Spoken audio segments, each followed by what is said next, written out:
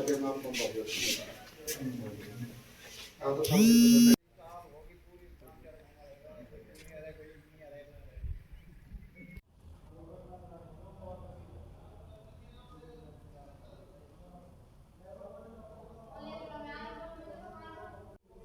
क्या कहना चाहेंगे?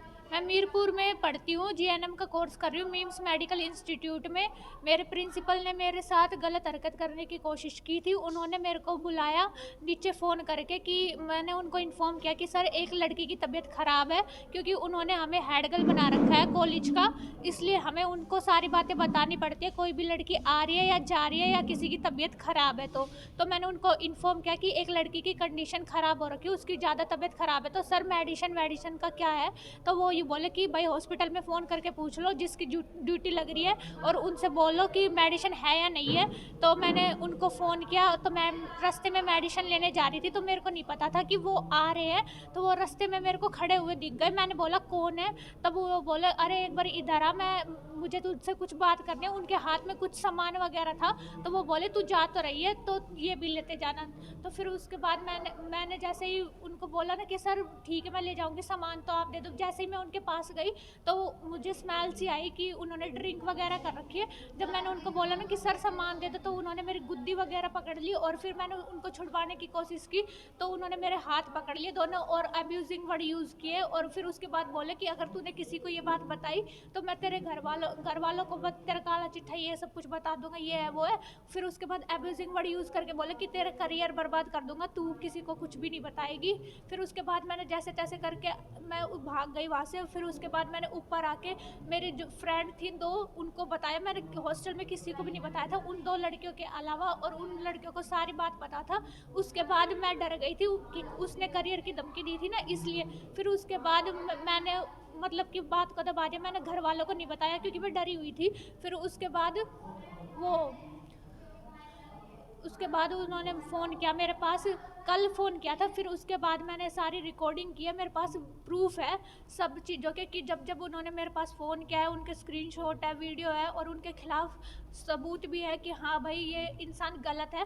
उसके बाद उन्होंने मेरे को फ़ोन पे बोला, सॉरी भी मांगा। उन्होंने बोला मैं यहाँ से छोड़ के चला जाऊँगा, मैं मर जाऊँगा, कन्नू तुम मेरे को भाई भाई मानती थी। और फिर उसके बाद उन्होंने बोला कि अगर तेरे को बात करनी है ना मेरे से तो कहीं भी बात कर लियो, कोई दिक्कत नहीं, मैं तेरे मम्मी के सामने भी बोल दूंगा कि हाँ मैंने ये गलती की है।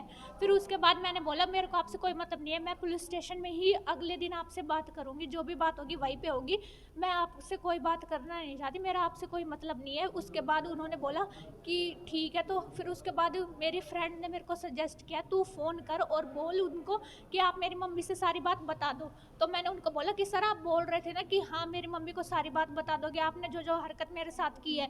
तो फिर उसके बाद जब मैंने दोबारा फ़ोन किया तो वो पलट गए अपनी बात से। वो बोले कि अरे मैंने क्या हरकत कर दी, क्या कर दिया, मैंने तो कुछ किया ही नहीं, मैंने क्या ज़बरदस्ती कर दी तेरे साथ, क्या बकवास कर दी, ये सब बोला उन्होंने मेरे को। ये कितनी तारीख की घटना है? ये सोमवार को हुआ था, 22 तारीख को उन्होंने ये हरकत की थी। उसके बाद मैं डरी हुई थी इसलिए मैंने किसी को नहीं बताया, मेरी दो दोस्त के अलावा। फिर उन्होंने कल दोबारा फ़ोन किया है। फिर उसके बाद मैंने अपने घर वालों को बात बताई कि ऐसे ऐसे वो अपनी गलती मान रहा है और मेरे को धमकी दे रहा है। फिर उसके बाद मेरे भाई ने मेरे को बोला 112 नंबर पे फ़ोन कर, तब मैंने फ़ोन किया। फिर 112 आई, उन्होंने मेरे से पूछताछ की, मेरी फ़ोटो वगैरह खींची, और फिर उन्होंने ओनर वगैरह है जो हमारे वहाँ की उनसे बात की कि भाई ऐसे ऐसे वहाँ पे ना तो गार्ड वार्ड है, ना कोई कंट्रोल है, वार्डन भी नहीं है हमारे में जो हम अपनी बात किसी के सामने रख सके, फीमेल भी नहीं है वहाँ पे जिनसे हम अपनी कह सके कि भाई हमारे साथ ऐसा कुछ हो रहा है। और भी लड़कियां हैं उनके साथ भी बहुत कुछ हुआ है। पुलिस को सूचना देने के बाद कितनी देर बाद पुलिस वहां पर पहुंची है? पुलिस तभी की तभी आ गई थी, 10-15 मिनट में से पहले ही आ गई थी। तब मेरे घर वाले आ गए थे ना, मेरे घर वालों से पहले भी वो पहुंच गई थी वहाँ पे। जी, क्या कहना चाहेंगे आप? ये जो कह रही है हमें पहले पता नहीं था ये सब हुआ है, फिर हमने ये जब रिकॉर्डिंग देखी तब हमें पता चला कि ये सब हुआ है।